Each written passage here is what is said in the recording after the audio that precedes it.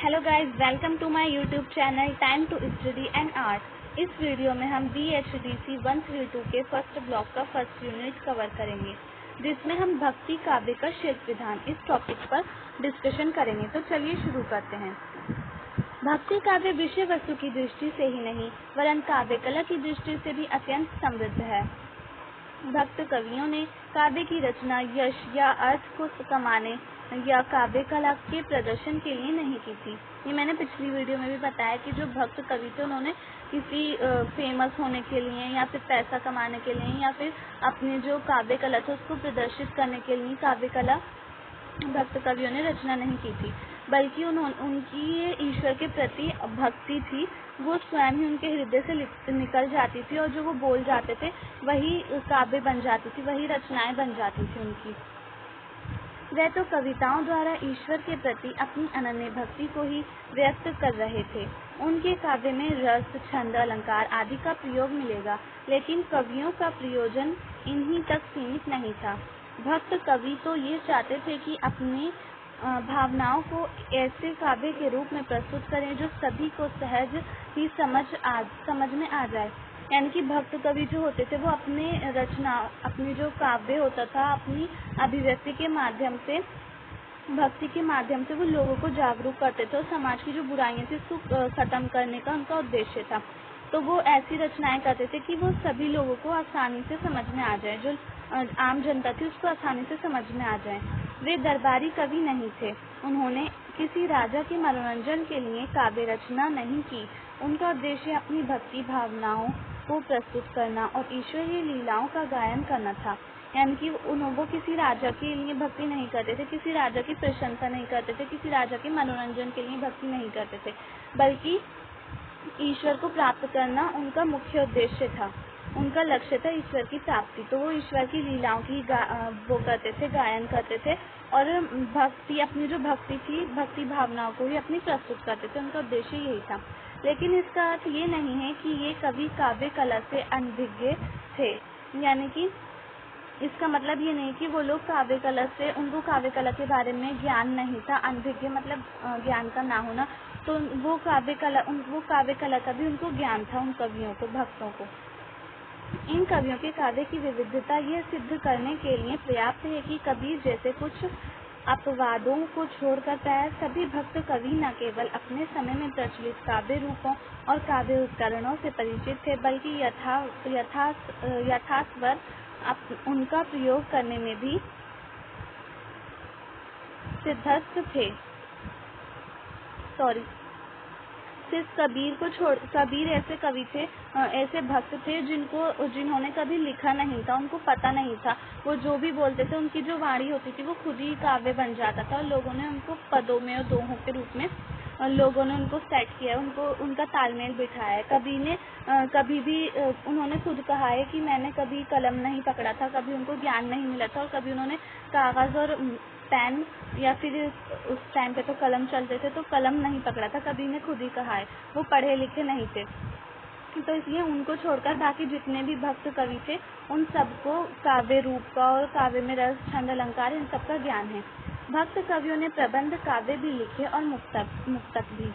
अब यहाँ पे प्रबंध काव्य आ जाता है। तो प्रबंध काव्य यानी कि जो बड़े काव्य होते थे ना, लोक कथाओं पर आधारित काव्य, तो उसको कहते हैं प्रबंध काव्य। जैसे रामचरितमानस है तुलसीदास का, तो रामचरितमानस भी जो है वो एक प्रबंध काव्य में आता है। और जायसी का है पद्मावत, तो पद्मावत उसमें आता है प्रबंध काव्य में।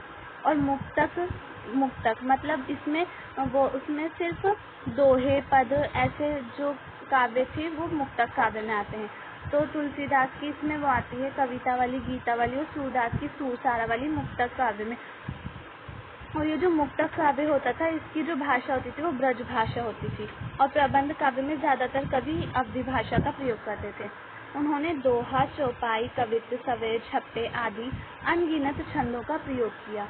ये जो कवि होते थे, भक्त कवि, इन्होंने दोहा, सोरठा भी आएगा, सोरठा का भी प्रयोग किया। चौपाई, कवित्व, सवेर, छप्पे, इन सारे जो छंद थे उनका प्रयोग किया। भाषा की दृष्टि से अवधी और ब्रज जो उस समय हिंदी के क्षेत्र में प्रचलित साहित्यिक भाषाएं थी, यानी कि उस समय की जो मुख्य भाषाएं थी वो ब्रज और अवधी थी। श्री कृष्ण से संबंधित जितने भी गीत हैं वो ब्रज भाषा में लिखे गए हैं, ब्रज भाषा में हैं। वो लोग जो थे सूरदास और मीरा, ये लोग ब्रज भाषा में ही कृष्ण से संबंधित ये पद और जो जितने भी गीत वगैरह हैं वो सब ब्रज भाषा में। और ये दो अवधि और ब्रज भक्ति काल की जो है प्रमुख साहित्यिक भाषाएं थी। का प्रयोग तो मिलता ही है। कबीर आदि संत कवियों ने एक मिली जुली सदुक्कड़ी भाषा का भी प्रयोग किया। सदुक्कड़ी भाषा मतलब कि साधु संतों की भाषा। तो कबीर साधु संतों के साथ रहे थे तो उन्होंने सदुक्कड़ी भाषा का प्रयोग किया। इसमें साधु संतों की भाषा से मतलब है कि समय में जो जहाँ वो जाते थे साधु संत उसी जगह की वो भाषा को, उसी क्षेत्र की भाषा को वो अपना लेते थे और उनके शब्दों को मिला मिलाकर, हर जगह की भाषा को मिला मिलाकर उनकी एक भाषा बन गई थी सदुक्कड़ी भाषा, जिसमें हर प्रकार के शब्द मिलते हैं देखने को। तो चलिए इसके कुछ विशेषताएं हैं वो देख लेते हैं। फर्स्ट है काव्य भाषा। भक्त कवियों ने सामान्य जनता में प्रचलित लोक भाषाओं का प्रयोग किया। यानी कि ये जो भक्त कवि होते थे ये लोक भाषाओं का प्रयोग करते थे, क्योंकि इनका सिर्फ एक ही उद्देश्य था, सामाजिक जीवन को सुधारना और लोगों तक अपनी जो भक्ति थी उसको पहुंचाना, भक्ति का जो है मार्ग प्रशस्त करना, लोगों को भक्ति के लिए जागरूक करना। और जो समाज में अंधविश्वास हो रहे थे उनका ये लोग विरोध करते थे, तो इसलिए इनकी जो भाषा थी वो लोक भाषा थी। कबीर आदि संत कवियों ने जिस भाषा का प्रयोग किया उसमें किसी एक बोली का ही प्रभाव नहीं था। कबीर की भाषा को सदुक्कड़ी कहा जाता है। अभी मैंने पहले भी बता दिया इसके बारे में। सदुक्कड़ी अर्थ साधुओं के बीच प्रचलित भाषा, जो मैंने अभी बताया साधुओं के बीच प्रचलित भाषा, साधुओं की भाषा। इस भाषा के अतिरिक्त ब्रज और अवधि भक्ति काल की अन्य प्रमुख भाषाएं थीं। सूफी काव्य और सगुण भक्ति काव्य इन्हीं भाषाओं में रचा गया। यानी कि जो सूफी काव्य था वो अवधि भाषा में रचा गया था और जो सगुण भक्ति काव्य था वो ब्रज भाषा और अवधि भाषा दोनों में रचा गया था। और सूफी काव्य के भी कुछ ग्रंथ ब्रज भाषा में देखने को मिलते हैं। तो सूफी काव्य और सगुण भक्ति काव्य ये सब जो काव्य था ये ब्रज भाषा में रचा गया था। और जो निर्गुण भक्ति काव्य है वो सदुक्कड़ी में भी रचा गया था। अवधि का प्रयोग प्रायः प्रबंध काव्यों की रचना के लिए किया गया था। जो अभी मैंने ऊपर बताया, अवधि भाषा का प्रयोग प्रबंध काव्यों की रचना के लिए किया जाता था और मुक्तक काव्य के लिए ब्रज भाषा का प्रयोग। मालिक मोहम्मद जायसी का पद्मावत तथा अन्य सूफी कवियों के प्रबंध काव्य अवधि भाषा में हैं। गोस्वामी तुलसीदास विरचित रामचरितमानस अवधि भाषा में है। सूफी कवियों में अवधि का ठेठ रूप देखने को मिलता है। यानी कि जो सूफी कवि होते थे ये ठेठ अवधि का प्रयोग करते थे। इसमें लोक में प्रचलित अवधि का अधिक प्रभाव है, जबकि तुलसीदास के यहाँ अवधि अधिक परिष्कृत और संस्कृतनिष्ठ है। यानी कि तुलसीदास की जो भाषा है अवधि वो संस्कृतनिष्ठ है, हमें संस्कृत उसमें कुछ प्रभाव देखने को मिलता है। और ये जो सूफी कवि थे जायसी, इनके यहाँ अवधि जो है अवधि भाषा उसका ठेठ रूप देखने को मिलता है।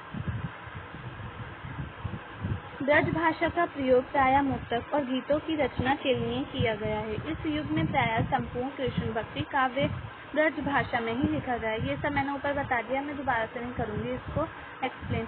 इसका प्रयोग सूरदास, नंददास आदि कृष्ण भक्त कवियों के यहाँ तो मिलता ही है। तुलसीदास ने भी गीतों और मुक्तकों के लिए ब्रज भाषा का प्रयोग किया है। गीतावली, कृष्ण गीतावली जैसे ग्रंथ इसी भाषा में रचे गए हैं। भक्त कवियों ने इन भाषाओं को परिनिष्ठित रूप तो दिया, लेकिन इसमें निहित लोक तत्व को नष्ट नहीं होने दिया। भक्त कवियों ने भाषा में लोक जीवन के लिए गए उपमान, मुहावरे और शब्द प्रयोग मिलते हैं। यानी कि इन्होंने जो भाषा थी उसका लोक तत्व भी जीवित रहा। इन्होंने उसके लोक तत्व को नष्ट नहीं होने दिया, लोक तत्व को खत्म नहीं होने दिया। इसमें जो इनकी जो कवियों की जो रचनाएं हैं उसमें मुहावरों का, शब्दों का प्रयोग भी देखने को मिलता है, लोकोक्तियों का प्रयोग देखने को मिलता है। तो इसमें कहा गया है कि इन्होंने ये लोक जीवन से जुड़े हुए थे ये लोग। इन्हीं के बीच संस्कृत परंपरा के शब्द प्रयोग भी आ जाते हैं। भाषा के संबंध में इन भक्त कवियों की दृष्टि उदार थी। जहाँ आवश्यक हुआ वहाँ इन्होंने अरबी फारसी शब्दों का भी प्रयोग किया। यानी कि जो सूफी कवि थे उन्होंने अरबी फारसी के शब्दों का भी प्रयोग किया है। जहाँ इन्हें लगा कि यहाँ पे शब्दों का प्रयोग करना है तो अरबी फारसी के शब्दों का भी इन्होंने प्रयोग किया है। इन कवियों ने अपनी भाषा को विषय के अनुरूप ढाला। भक्त कवियों की भाषा में माधुर्य, ओज, प्रसाद तीनों गुण मिलते हैं।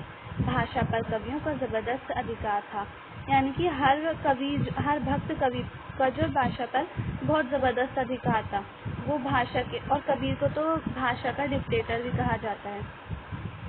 उनका बहुत जबरदस्त अधिकार था भाषा पर। भाषा उनके भावों और विचारों की अनुगामिनी थी। उन्होंने आवश्यकता अनुसार शब्द शक्तियों, अभिधा, लक्षणा और व्यंजना का प्रयोग किया। ये जो अभिधा, लक्षणा और व्यंजना है, शब्द की शक्तियाँ, तो इन्होंने इनका भी प्रयोग किया आवश्यकता पड़ने पर। अब सेकंड है काव्य रूप। भक्त कवियों ने काव्य रचना के लिए प्रबंध और मुक्तक दोनों तरह के काव्य रूपों का प्रयोग किया। जो मैंने ऊपर डिस्कस करा है अभी, वही है ये भी। महाकाव्य प्रबंध काव्य का एक रूप है। भक्ति काव्य के अंतर्गत कई महाकाव्य लिखे गए, जिनमें जायसी द्वारा रचित पद्मावत, जो मैंने पहले ऊपर बताया था, पद्मावत प्रबंध काव्य और ये अवधी भाषा में लिखा गया है। तुलसीदास द्वारा कृत रामचरितमानस भी एक प्रबंध काव्य है और ये भी अवधी भाषा में ही लिखा गया है। भक्ति काव्य का एक बड़ा हिस्सा मुक्तक काव्य के रूप में रचा गया। एक तरह के मुक्तक काव्य में कवि ने ईश्वर के प्रति अनन्य भक्ति को वाणी दी। कबीर के विरह संबंधी पद, तुलसी के विनय संबंधी पद, यानी कि कबीर के जो विरह संबंधी पद हैं और तुलसी के विनय संबंधी पद तथा मीरा के पद इसी श्रेणी में आते हैं। जो मीरा के और कबीर के और तुलसी के जो पद हैं वो मुक्तक काव्य की श्रेणी में आते हैं, मुक्तक काव्य के श्रेणी में आते हैं। दूसरी तरह के मुक्तकों में कवि ने ईश्वरीय लीलाओं का वर्णन किया, यानी कि जो कवि होते थे ये मुक्तक शैली में जो है ईश्वरीय लीलाओं का भी वर्णन करते थे। सूरदास की रचनाएं गीतावली, कवितावली आदि काव्य ग्रंथ में तुलसीदास ने इसी तरह के पद रचे हैं। तीसरी तरह के मुक्तक पदों में कवि के विचार पक्ष को अभिव्यक्ति मिली है। कबीर के पदों में धर्म और समाज की आलोचना इसी श्रेणी में आती है, यानी कि कबीर ने अपने पदों द्वारा जो धर्म और समाज के सुधार किया है वो भी मुक्तक शैली में ही आते हैं। अब इसका थर्ड है छंद विधान। भक्ति काव्य में प्रायः उन सभी छंदों का प्रयोग किया गया जो उस समय प्रचलित थे, यानी कि उस समय में भक्ति काल के समय में जितने भी छंद थे उन सभी का प्रयोग भक्ति काव्य में किया गया है। महाकाव्य के लिए दोहा और चौपाई छंदों का प्रयोग किया गया है। पद्मावत में 7 चौपाई के बाद एक दोहा प्रयुक्त होता है। चौपाई छंद उसे बोलते हैं जब चार लाइनें होती हैं। 4 लाइनों में जो है कवि अपनी बात करता है, और दोहा जिसमें 2 लाइनों वाला होता है दोहा। चौपाई मतलब 4, दोहा मतलब 2। तो ये पद्मावत जो है इसमें 7 चौपाइयाँ थी। 7 चौपाइयाँ जैसे कि 1, 2, 3, 4 ऐसे हो गई एक, ये पूरी एक चौपाई बनी। फिर इसके बाद 1, 2, 3, 4 फिर ऐसे दूसरी, तो ऐसे कर करके 7 चौपाइयाँ थी। फिर उसके बाद एक दोहा, यानी कि 2 लाइनों का एक दोहा। तो ऐसा पद्मावत में ऐसा देखने को मिलता है, 7 चौपाई के बाद एक दोहा। जबकि रामचरितमानस में 8 चौपाई के बाद एक दोहे का प्रयोग किया गया। तो पद्मावत में 7 चौपाई के बाद एक दोहा आता है, और जो रामचरितमानस है उसमें 8 चौपाई के बाद एक दोहे का प्रयोग किया। मानस में तुलसीदास ने सोरठा, छप्पे आदि छंदों का भी प्रयोग किया है। मुक्तक काव्य के लिए प्रयुक्त छंदों में अधिक विविधता पाई जाती है। कबीरदास ने दोहा, चौपाई तथा गै पदों का प्रयोग किया। कबीरदास जो थे उन्होंने दोहे का, चौपाई का और जो गै पद थे, गै पद मतलब जो गा गा कर कबीर जो थे और जो बाकी के कवि थे उस समय के, वो गा कर अपनी अभिव्यक्ति करते थे, अपनी भक्ति करते थे और अपने मन के जो भाव विचार थे वो प्रकट करते थे। तो वो जो गाते थे उसको गै पद कहते हैं, यानी कि गीत। तो ये गै पद गीत से संबंधित है, गीतों की तरह होते थे ये गै पद। सूरदास ने सूरसागर में गै पदों का ही अधिक प्रयोग किया है। इन गै पदों में दोहा, चौपाई, रोला, छप्पे, सवैया, घनाक्षरी, हरिगीतिका आदि छंदों का प्रयोग मिलता है। तुलसीदास ने पद, कवित्त, सवैया, छप्पे सोरठा तथा अन्य छंदों का प्रयोग किया है। इस प्रकार हम पाते हैं कि भक्ति काव्य में छंद की दृष्टि से अधिक विविधता और व्यापकता पाई जाती है। भक्ति काव्य की एक प्रमुख विशेषता है उसकी गैता। गैता मतलब गीत गा गा कर कहना, इसकी एक मुख्य विशेषता है भक्ति काव्य की। ये जो मीरा थी और सूरदास थे, तुलसीदास थे, तो ये लोग जो है इन्होंने गेय पद ज़्यादा लिखे हैं। सूरदास ने और मीरा ने तो बहुत ही ज़्यादा गेय पद लिखे हैं। तो इस काल की जो एक प्रमुख विशेषता गेयता भी थी। शायद सभी भक्त कवियों ने गेय पदों की रचना की है जो विभिन्न राग रागनियों पर आधारित हैं। कबीर, सूर, तुलसी, मीरा आदि भक्त कवियों के पद अपनी गेयता के कारण जन जन के कंठार बन गए थे और आज भी वे उतने ही लोकप्रिय हैं। यानी कि इनके जो पद थे मीरा के, ज़्यादातर मीरा के पद दक्षिण में और मध्य भारत में बहुत प्रचलित है मीरा के पद।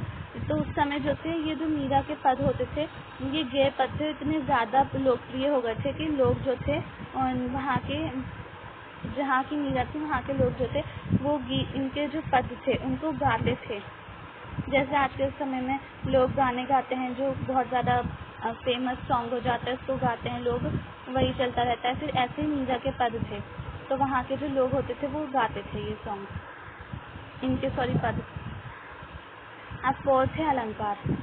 भक्त कवियों ने अलंकारों का प्रयोग काव्य के अर्थगत सौंदर्य को बढ़ाने के लिए किया। यानी कि जो अलंकारों का प्रयोग किया वो काव्य का जो अर्थ है उसके सौंदर्य को बढ़ाने के लिए अलंकारों का प्रयोग किया। उनके यहाँ अलंकार सहज ही चले आते हैं, मतलब कि उनके यहाँ जो अलंकार हैं वो खुद ही आ जाते हैं, सहज चले आते हैं मतलब खुद ही आ जाते हैं। प्रायः उन्होंने सदृश्य मूलक अलंकारों का प्रयोग किया। कबीर की रचनाओं में उपमा और रूपक अलंकारों का अधिक प्रयोग हुआ है। कबीर ने इनका प्रयोग अपने भावों को और अधिक प्रभावशाली बनाने के लिए किया। जायसी के यहाँ भी सदृश्य मूलक अलंकारों का प्रयोग अधिक हुआ है। इनमें भी उपमा रूपक, यानी कि जायसी के जो काव्य है उसमें भी उपमा रूपक उत्प्रेक्षा का व्यवहार अधिक मिलता है। सूरदास के यहाँ भी उपमा रूपक उत्प्रेक्षा, उपमा रूपक और उत्प्रेक्षा, ये जो 3 अलंकार हैं ये बहुत महत्वपूर्ण है। इनका प्रयोग सभी जो भक्त कवि थे उन सभी ने किया है। कबीर ने भी उपमा और रूपक अलंकारों का प्रयोग किया था और बाकी सारे कवियों ने भी उपमा रूपक और उत्प्रेक्षा इन अलंकारों का प्रयोग किया है। सांग रूपक में तो सूरदास और तुलसीदास विशेष सिद्धहस्त हैं। कृष्ण की लीलाओं से संबंधित कई पदों में स्वभावोक्ति अलंकार का प्रयोग किया है। स्वभावोक्ति मतलब खुद से ही आने वाला, स्वभाव से आने वाला, उसका प्रयोग किया है। तुलसीदास ने भी सदृश्य मूलक अलंकारों का प्रयोग किया है। यानी कि सदृश्य मूलक अलंकारों का प्रयोग सभी ने किया है। सूरदास ने, तुलसी ने और जायसी ने, कबीर ने, सभी ने सदृश्य मूलक अलंकार का भी प्रयोग किया है। तो प्लीज़ आज की वीडियो में सिर्फ इतना ही। अगर आपको मेरी वीडियो अच्छी लगी हो तो प्लीज़ शेयर करें, लाइक करें एंड सब्सक्राइब करें और कमेंट्स करके बताएं कि आपको मेरी वीडियो कैसी लगी। इसके बाद का टॉपिक हम दूसरी वीडियो में कवर करेंगे, तो प्लीज़ थोड़ा सा वेट करिए।